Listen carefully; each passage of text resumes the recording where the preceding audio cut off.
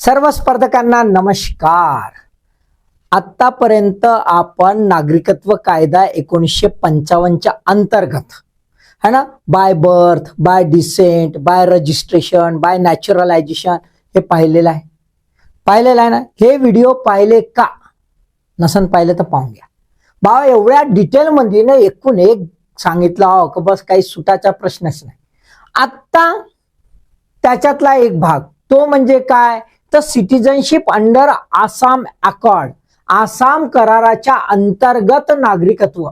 आता हे का हो है ना, तर म्हणजे आसामसाठी विशेष प्रकारचं काही आहे का तर यस, विशेष प्रकारचं आहे। कारण की आसाम मधलं आपलं अँटी इमिग्रंट आंदोलन जे होतं है ना, बांगलादेश निर्वासित जे होते त्यांच्यावर जबरदस्त आंदोलन चाललं आणि त्याचा परिपाक म्हणजे हा आहे, म्हणून याला समजून घेणं आवश्यक आहे। तर आपण बघूया पहिल्यांदा आसाम अकॉर्ड काय आहे, म्हणजे आसाम करार एक्झॅक्ट थोडक्यात काय होता, कशासाठी होता है ना।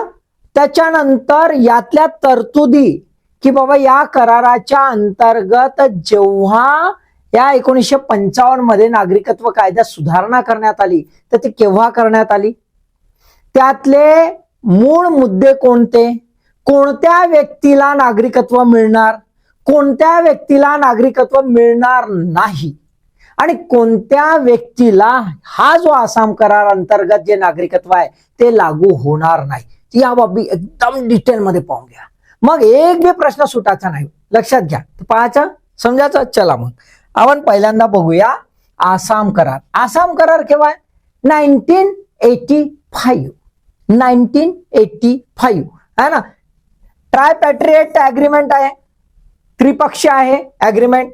Government of India, government of Assam आणि लीडर ऑफ आसाम मूव्हमेंट, जेवढे काय लीडर होते या तिघांमध्ये तो करार झाला आहे। कराराचा महत्वाचा जो गाभा आहे तो काय आहे ते 1971 नंतर जे काही बेकायदेशीर स्थलांतरित असतील, कुठून बांगलादेशातून आलेले, त्यांना शोधणे, डिटेक्टेड अँड एक्सपेल्ड, हद्द पार करणे। केव्हापासून 1971 नंतर, लक्षात ठेवा।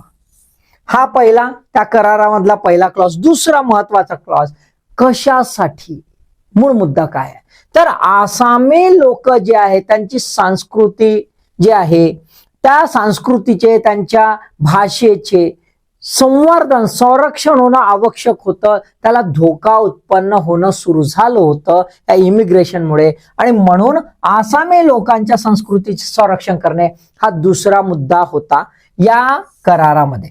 या दोन मुद्द्यावर करार झाला। करार झाल्यानंतर जी डेडलाईन डिसाइड झाली कोणती 25 मार्च 1971, हा जो डेडलाईन आहे याच्या नंतरचं जे काय असेल त्याच्यासाठी हा वाद सुरू झाला होता की याच्या नंतर जे असतील त्यांना हाकलून लावा, बा आम्हाला क्लिअर पाहिजे, आम्हाला आमच्या संस्कृतीचं संरक्षण झालं पाहिजे। मग संस्कृतीचं संरक्षण जेव्हा आपण देशाच्या कॉन्टेक्स्ट मध्ये बघतो तर आपण सार्वभौम दृष्टिकोनातून नागरिकत्व ही संकल्पना बघतो आणि म्हणून आपल्याला इथे काय दिसतंय की बाबा आमचं संरक्षण व्हायला पाहिजे, म्हणजेच काय आमचं नागरिकत्व क्लिअर असायला पाहिजे, कोण नागरिक असेल आणि कोण नाही। हा कुठला आहे भारत आणि आसामच्या कॉन्टेक्स्ट मधला आहे, भारताच्याच नाही। हा का, कारण की ते सांस्कृतिक भाग सुद्धा आलाय, सांस्कृतिक संरक्षणाची बाब इथे निर्माण झालेली आहे। म्हणजे सांस्कृतिक संरक्षण है ना, कल्चरल ज्याला आयडेंटिटी आणि कल्चरल प्रोटेक्शन आणि सोबतच सिटीजनशिप, हा दोघांचा मेळ म्हणजे आसाम अकॉर्डचं सिटीजनशिप। क्लिअर, ओके, ठीक आहे। तर आता आपण बघूया एक्झॅक्ट काय आहे तर क्लॉजेस नक्की घेऊया। नागरिकत्व सुधारणा कायदा 1985 त्याच्यात करण्यात आला आणि 6 मध्ये काय आहे बाय नॅचरलायझेशन। सिटीजनशिप ऍक्ट 1955 च्या 6व्या कलमात सेक्शन 6 मध्ये काय आहे सिटीजनशिप थ्रू नॅचरलायझेशन, बरोबर आहे, स्वीकृतीच्या माध्यमातून नागरिकत्व, त्याच्यामध्ये ऍड झालाय ए। त्याच्यामध्ये ऍड झाला ए. टायटल आहे आसाम करारातील व्यक्तींच्या नागरिकत्वाविषयी विशेष तरतुदी. कशाने इन्क्लूड करण्यात आला? नागरिकत्व सुधारणा कायदा 1985. केव्हापासून लागू झाला? 7 डिसेंबर 1985. हा सुधारणा कायदा केव्हा लागू झाला? 7 डिसेंबर 1985. क्लिअर? मी एम्फासाइज करतो, लक्ष द्या. क्लिअर? लक्षात आलं? आता याच्यामध्ये सब क्लॉसेस किती आहेत? किती सब क्लॉज? उपकलमे तर ती आहे टोटल 7. ती किती आहेत? 7. त्यामध्ये पहिल्या याच्यात बघा, कारण की हा एक प्रकारचा मिनी सिटीजनशिप ऍक्ट आहे. मिनी सिटीजनशिप ऍक्ट त्यामधलाच, सिटीजनशिप ऍक्ट मधलाच एक. का? कारण की हा विशेष प्रकारचा आहे. आणि म्हणून जसं सिटीजनशिप ऍक्ट मध्ये सेक्शन 2 मध्ये इंटरप्रिटेशन दिले आहेत आणि त्या इंटरप्रिटेशन मध्ये व्याख्या दिलेल्या आहेत वेगवेगळ्या, तशाच यासाठी सुद्धा महत्वाच्या शब्दावली दिलेल्या आहेत 1 मध्ये. याच्यासाठी विशेष करून लक्षात घ्या, केवळ याच्यासाठी लागू होणार यातली शब्दावली.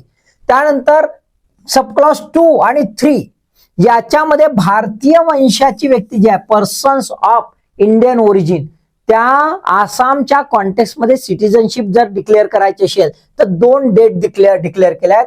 1 जानेवारी 1966 पूर्वी, बिफोर 1 जानेवारी 1966 आणि 1 जानेवारी 1966च्या दिवशी किंवा त्यानंतर, परंतु 25 मार्च तारीख लक्षात आली पहिली? हे बघा आला, 25 मार्च 1971 पूर्वी आसाम मध्ये असलेली पुन्हा भारतीय वंशाची व्यक्ती, पर्सन्स ऑफ इंडियन ओरिजिन. तर म्हणजे पर्सन्स ऑफ इंडियन ओरिजिनची इथे किती बनवली आहे? 2 कॅटेगरी आपल्याला दिसते 2 कॅटेगरीज. एक जानेवारी 1966 पूर्वी आणि दुसरं त्याच्यानंतर पण 25 मार्च 1971 पूर्वी. हे 2 कॅटेगरी बनवली आहे. दोघांचे वेगवेगळे कंडिशन्स आहेत. त्याच्यानंतर हे जे आहे 3 लक्षात घ्या, 3 मध्ये कंडिशन्स आहेत 4 आणि 5. म्हणजे हक्क व कर्तव्य स्थित्यांतरणाच्या कालावधी, एक ट्रान्झिट पिरियड दिलाय 3 साठी आणि ट्रान्झिट पिरियडच्या दरम्यान हक्क व कर्तव्य त्या व्यक्तीची. आणि 5 मध्ये जेव्हा स्थित्यांतरण कंप्लीट होईल, ट्रान्झिट फेज कंप्लीट होईल, ट्रान्झिट पिरियड कंप्लीट होईल, जो नमूद केला आहे, त्याच्यानंतर नागरिकत्व काय आहे. क्लिअर? लक्षात आलं? त्यानंतर 6 मध्ये म्हटलेलं आहे की भारताचा कोण नागरिक नसेल, या कायद्यानुसार, सुधारणा कायद्यानुसार कोण नागरिक नसेल. आणि इथे हा कायदा कोणास लागू होणार नाही. 7 मध्ये हा कायदा कोणास लागू होणार नाही. 7 असे दिलेले आहेत. क्लिअर? आता याला आपण डिटेल समजून घ्या. सर्वात प्रथम तर आपण बघूया महत्वाच्या शब्दावली, कारण की या शब्दावली ज्या आहेत त्या याच्यात आणि याच्यात इन्क्लूड आहेत, म्हणून त्या समजून घेणं आवश्यक आहे. ठीक आहे? तर बघूया पहिल्यांदा शब्दावली. पहिली शब्दावली दिली आसाम म्हणजे काय. आसाम म्हणजे लिहिलेलं आहे क्लिअर कट की सिटीजनशिप अमेंडमेंट ऍक्ट 1985च्या पूर्वी, म्हणजे त्याच्या प्रारंभास, जेव्हा सिटीजनशिप ऍक्ट है ना 1985 लागू झाला. केव्हा लागू झाला? पुन्हा आता तुम्हाला वापस नेतो. केव्हा लागू झाला? 7 डिसेंबर 1985. ओके. तर 7 डिसेंबर 1985 ला जेव्हा हा लागू झाला, म्हणजे त्या दिवसात प्रारंभास, ऑन द कॉमेन्समेंट, जी टेरिटोरी इमिडिएटली बिफोर म्हटलंय ना, इमिडिएटली बिफोर म्हणजे 7/12/1985च्या जस्ट पूर्वी, म्हणजे काय 6/12/1985 ला ज्या टेरिटोरी, जे भूप्रदेश आसाम राज्यामध्ये असतील त्याला आसाम. क्लिअर? त्याला आसाम. इतकं क्लिअर आला? ठीक आहे. त्याच्यानंतर दुसरं म्हटलेलं आहे, कारण की इथे कसं आहे है ना, इमिग्रेशनचा प्रॉब्लेम होता. बांगलादेशातून जे आहेत निर्वासित खूप सारे येत होते आणि प्रॉब्लेम येत होता, म्हणून detected to be a foreigner, परदेशी कोण हे सिद्ध करायचं. तर त्याचं डेफिनेशन इथे दिली आहे. त्याच्यानुसार काय म्हटलं आहे की फॉरेनर्स ऍक्ट 1946 आणि फॉरेनर्स ट्रिब्युनल ऑर्डर 1964 हा ट्रिब्युनल तयार केला फॉरेनर शोधायसाठी आणि त्या ऑथॉरिटी तयार केली है ना. आणि ही क्वासाई ज्युडिशियल जी ऑथॉरिटी आहे ती डिक्लेअर करेल कोणाला फॉरेनर म्हणायचं कोणाला नाही. कशाच्या आधारावर? फॉरेनर्स ऍक्ट 1946च्या आधारावर. आणि एकदा त्याने डिक्लेअर केलं की तो काय डिक्लेअर व्हायचा? फॉरेनर. तो काय डिक्लेअर व्हायचा? फॉरेनर, परदेशी व्यक्ती डिक्लेअर व्हायचा, है ना. Tribunal constitute under the said order. Clear? ते झाला detected to be a foreigner, ज्याने डिटेक्ट केलं तो. त्यानंतर सी बघा, स्पेसिफाईड टेरिटोरी, है ना. निर्दिष्ट केलेली प्रदेश जो आहे तो काय आहे? तर निर्देश केलेला प्रदेश कोणता आहे?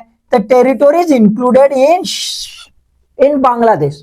स्पेसिफिकली दिलाय बांगलादेश. एकच देश तिथे डिक्लेअर केलेला आहे, बांगलादेश. पाकिस्तान नाही, बांगलादेश, म्यानमार वगैरे नाही, बांगलादेश. कारण की हा बांगलादेशातील जे शरणार्थी येत होते त्यांचा हा इश्यू होता. क्लिअर है ना. Immediately before the commencement of the citizenship amendment act 1985 त्याला स्पेसिफाईड टेरिटोरी, म्हणजे ज्या बांगलादेशामध्ये 1985चा सुधारणा कायदा लागू झाला त्याच्या जस्ट पूर्वी ज्या काही टेरिटोरी बांगलादेशामध्ये असतील त्याला गृहीत धरणार स्पेसिफाईड टेरिटोरी.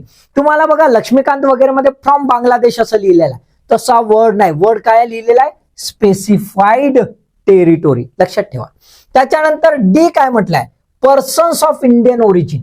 आता आपण बघतो की सिटीजनशिप ऍक्ट 1955 ला सुद्धा क्लॉज 2 मध्ये, है ना, सेक्शन 2 मध्ये क्लिअर कट आपल्याला पर्सन्स ऑफ इंडियन ओरिजिन ह्याची डेफिनेशन दिली आहे. पण इथे सुद्धा याला विशेष करून दिलेली आहे. ती केवळ याच्यासाठी शिक्षेसाठी लागू होईल. ठीक आहे. काय आहे? A person shall be deemed to be of Indian origin. लक्षात घ्या, of Indian, if he or either of his parent, if he or either of his parent, त्याच्या तो किंवा त्याच्या पालकांपैकी कोणी, or any of his grandparents. तिथे grandparents नाही दिलेलं आहे रेग्युलर डेफिनेशन मध्ये, इथे काय दिलेलं आहे वेगळं, है ना. ऑफ हिज ग्रँड पॅरेंट्स काय? Was born in undivided India. आता अनडिवायडेड इंडिया मी आधी सांगितलं डेफिनेशन काय, कोणता आठवलं का? मी सांगितलंय अनडिवायडेड इंडिया. आठवलं? आठवलं? यस, बरोबर आहे. 1935च्या कायद्यामध्ये जे डिफाईन केले आहे त्याच्यानुसार अनडिवायडेड इंडिया. येस, बरोबर आहे. ठीक आहे. आता बघा ह्या डेफिनेशन झाल्या. आता डिटेक्टेड टू बी फॉरेनरच्या कॉन्टेक्स्ट मध्ये बघा शेवटची डेफिनेशन काय लिहिलंय? डेट ऍट विच, डेट इथे तर फॉरेनर डिक्लेअर केला, कोण आहे तो शोधला. आता इथे date at which a person detected to be a foreigner, कोणत्या डेटला, तारीख ज्या डेट पासून संबंधित व्यक्तीला परदेशी घोषित केलेला आहे तो. काय म्हटलंय? A person shall be deemed to be have been detected to be a foreigner on the date on which the tribunal constituted under the foreigners tribunal order 1964 submits its opinion. त्याचे मत, ट्रिब्युनलने मत दिले की संबंधित व्यक्ती हा फॉरेनर आहे, to be effect to that he has a foreigner to the officer or authority concern. इथे काय म्हटलंय? ऑथॉरिटीचं मत, ट्रिब्युनलचं मत. ज्या दिवशी नोंदवण्यात आलं असेल संबंधित व्यक्तीचं त्या दिवसापासून तो व्यक्ती काय घोषित होईल? परदेशी घोषित होईल. एक तर परदेशी घोषित करायला काय ते दिलेलं आहे आणि परदेशी घोषित झाल्याची डेट हे दिलेलं आहे. खूप महत्वाचं आहे. क्लिअर? क्लिअर? ठीक आहे. आता आपण क्लॉजेस बघूया. ऍक्च्युअली तर भारतीय वंशाचे जे व्यक्ती आहेत ते 2 प्रकारचे आहेत, है ना. 2 प्रकारचे आहेत आपण पाहिलं. त्याच्यामध्ये काय आहे? 1 जानेवारी 1966 पूर्वी, है ना, विशेष प्रदेशातून, बघा इथे शब्द दिलाय विशेष, आणि डेफिनेशन मध्ये विशेष प्रदेश काय आहे? बांगलादेश. केव्हा? सिटीजनशिप अमेंडमेंट ऍक्ट 1985 ज्या प्रारंभात जेव्हा अंमलात आला त्याच्या जस्ट लगतचा जो बांगलादेश असेल तो. ओके. आसाम मध्ये आलेले असे जे व्यक्ती असतील प्लस आसाम मध्ये आले, एंट्री झाली, सामान्यतः कायम निवासी राहिला, ordinarily resident after entry into the Assam, है ना. 1 जानेवारी 1966 पूर्वी ते आलेत, बांगलादेशातून आले असेल. स्पेसिफाईड टेरिटरी म्हटलं बांगलादेशातून आले आणि आसाम मध्ये ते ऑर्डिनरली कायम स्वरूपी राहिलेले. असे जे असतील सोबतच, असे जे असतील सोबत. आता काय झालं, 1966 पूर्वी आले तर 1967 झालं इलेक्शन. 1967 झालं इलेक्शन. तर त्या संसदीय सार्वत्रिक निवडणुकीची मतदार यादी 1967 ला तयार झाली. त्याच्यामध्ये त्याचं नाव आहे का रे बाबा? त्याच्यामध्ये त्याचं नाव, यस, त्याचं नाव त्याच्यामध्ये आहे. तो त्या स्पेसिफाईड टेरिटरी मधून 1 जानेवारी 1966 पूर्वी आला. सोबत तो कायमस्वरूपी इथे निवासी आहे. Ordinarily resident in the Assam since his entry into the Assam. Clear? तर बघा, तर 1/1/1966 पासून, या दिनांकापासून 1/1/1966 पासून म्हणजे 1 जानेवारी 1966 पासून तो भारताचा नागरिक डिक्लेअर. काहीच इश्यू नाही, काहीच इश्यू नाही. 1 जानेवारी 1966 पूर्वी आला, भारतात राहिला म्हणजे आसाममध्ये राहिला. आसाममध्ये ऑर्डिनरी रेसिडेंट म्हणजे कायमस्वरूपी राहिला. त्याचं मतदार यादीत कोणत्या 1967च्या मतदार यादीत नाव आलं. असा व्यक्ती झाला, पर्सन्स ऑफ इंडियन ओरिजिन, असा व्यक्ती झाला काय, भारताचा नागरिक. क्लिअर? पहिला वाला. आता दुसऱ्या ह्याच्यात 1 जानेवारी 1966 पूर्वी नाही तर त्या दिवशी किंवा त्याच्यानंतर आला. हा पूर्वी झाला, हा त्या दिवशी किंवा त्याच्यानंतर आला. पण 25 मार्च 1971 पूर्वी आला. कंडिशन आहे 25 मार्च 1971 पूर्वी आला. का? कारण की करारामध्ये म्हटलंय 25 मार्च 1971 नंतर जेवढे आले असतील त्यांनी हद्दपार करायचा आहे. You must have to detect, find out and expelled. हाकलून द्यायचं, त्याला फॉरेनर डिक्लेअर करायला हाकलून द्यायचं, ठेवायचंच नाही. पण इथे काय म्हटलंय, त्याच्या पूर्वी आला रे आला, काही प्रॉब्लेम नाही. आल्यानंतर तो सामान्यतः निवासी याच्यासारखाच आहे बा, ऑर्डिनरली रेसिडेंट आहे. पण सोबत ट्रिब्युनलने त्याला घोषित करून टाकलं detected to be a foreigner. त्याने एक डेट टाकली आणि त्या डिक्लेअर केलं, या डेटले तो फॉरेनर झाला है ना. Opinion of tribunal deem to be a sufficient proof.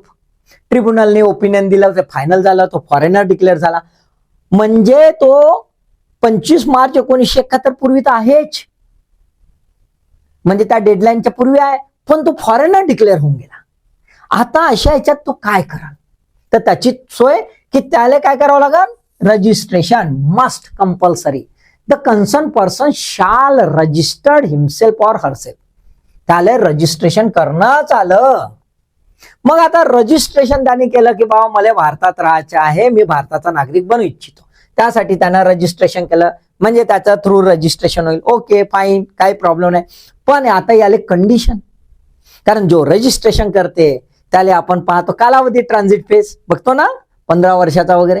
इथे किती वर्ष, ते इथे आपल्याला दिसेल 10 वर्षाचा कालावधी. किती ट्रान्झिट फेज? 10 वर्षाचा कालावधी. ते तिकडचे लॉज नाही लागू होणार, क्लॉजेस है ना रजिस्ट्रेशन वाले. इथे कसं म्हटलंय 10 वर्ष. आता 10 वर्षामध्ये क्लिअर कट म्हटलंय. काय म्हटलं आहे की 10 वर्षापर्यंत ज्या दिनांकास त्यांनी रजिस्ट्रेशन केलं त्या दिनांकापासून 10 वर्षापर्यंत भारतीय नागरिकाप्रमाणे त्याला हक्क व कर्तव्य मिळतील. भारतीय नागरिकाप्रमाणे त्याला हक्क व कर्तव्य मिळतील. भारतीय नागरिक म्हणून मिळतील असं नाही, प्रमाणे. as like the Indian citizen, the concerned person shall enjoy the rights as well as the obligations. आहे बरोबर आहे. ऑब्लिगेशन सोबत काय, त्याला पासपोर्ट, जो पासपोर्ट ऍक्ट आहे ना 1967 त्याच्यानुसार त्याला पासपोर्ट बी भेटेल भारताचा, काहीच प्रॉब्लेम नाही. मग तुम्ही म्हणा सगळ्याच तर भेटते नाही. खूपच सुंदर आहे, लक्षात घ्या. इथे काय म्हटलंय की 1967च्या याच्यामध्ये 1967च्या यादीमध्ये, मतदार यादीमध्ये त्याचं नाव असन, त्याने मतदान केलं असन वगैरे. इथं एकदा फॉरेनर डिक्लेअर झाला की त्याचं मतदार यादीमधून नाव काढून घ्यायचं आहे. The concern person shall not right of vote. No right of vote. No right of vote. त्याला मतदान करता येणार नाही. म्हणजे पूर्ण नागरिक झाला का नाही, त्याला राजकीय अधिकार मिळाले नाही. क्लिअर? No political rights. पण नागरिकांसारखे असं म्हटलंय. बरोबर आहे, भारतीय नागरिक ट्रीट करत आहेत, पण पूर्णपणे नाही. त्याला ह्या 10 वर्षामध्ये राईट टू व्होट नाही. त्याचं जर मतदार यादीत नाव असेल तर ते वगळायचं. It shall be omitted from the है ना रॉल, जो इलेक्टोरल रॉल असतं त्याच्यातून वगळून घ्यायचं. मग 10 वर्षानंतर काय, त्याचं रजिस्ट्रेशन 10 वर्षानंतर, यास 10 वर्षानंतर तो इंडियन सिटीजन होईल. फॉर ऑल पर्पज, सर्व बाबींकरता भारतीय नागरिक म्हणून मान्यता.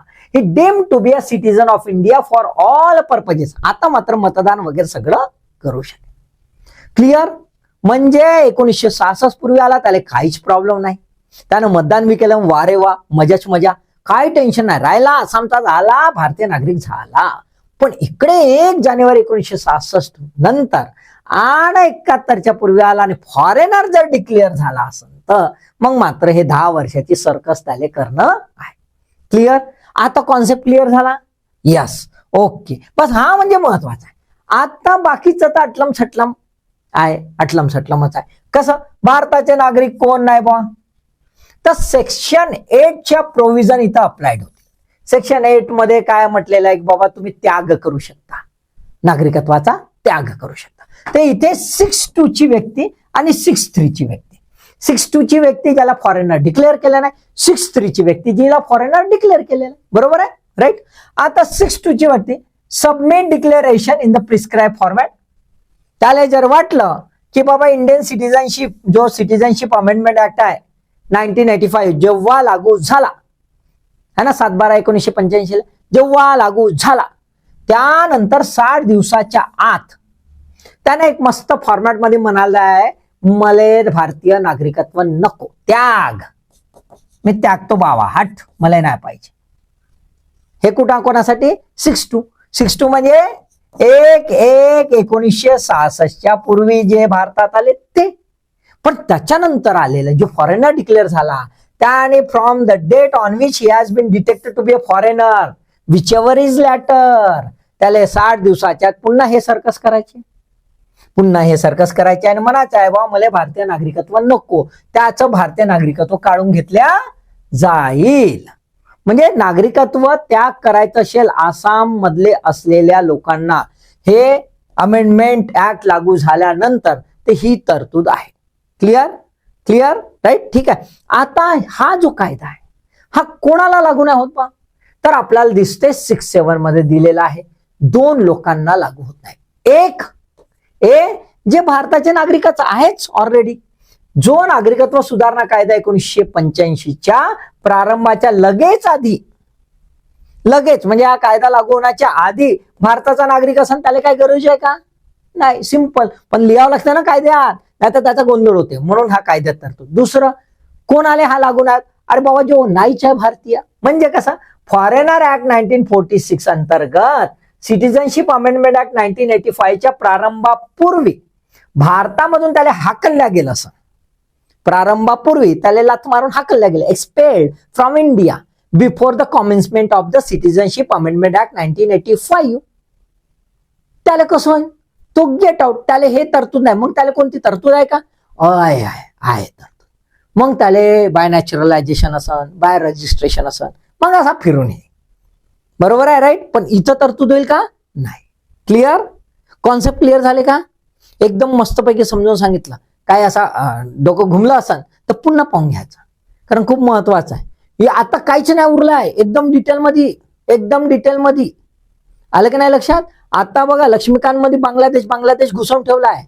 मी इथं स्पेसिफाईड टेरिटरी सांगितलं आणि त्याचा अर्थ काय, कधी कधी असंच येते, मग आपण तो मला होतं का, है ना, असं तर तसा लोचा होऊ नये म्हणून बेअर ऍक्ट मधल्या सगळ्या तरतुदी सहित मी समजून सांगितलंय. मला वाटतं तुम्हाला समजलं असेल, आता काही सुटणार नाही.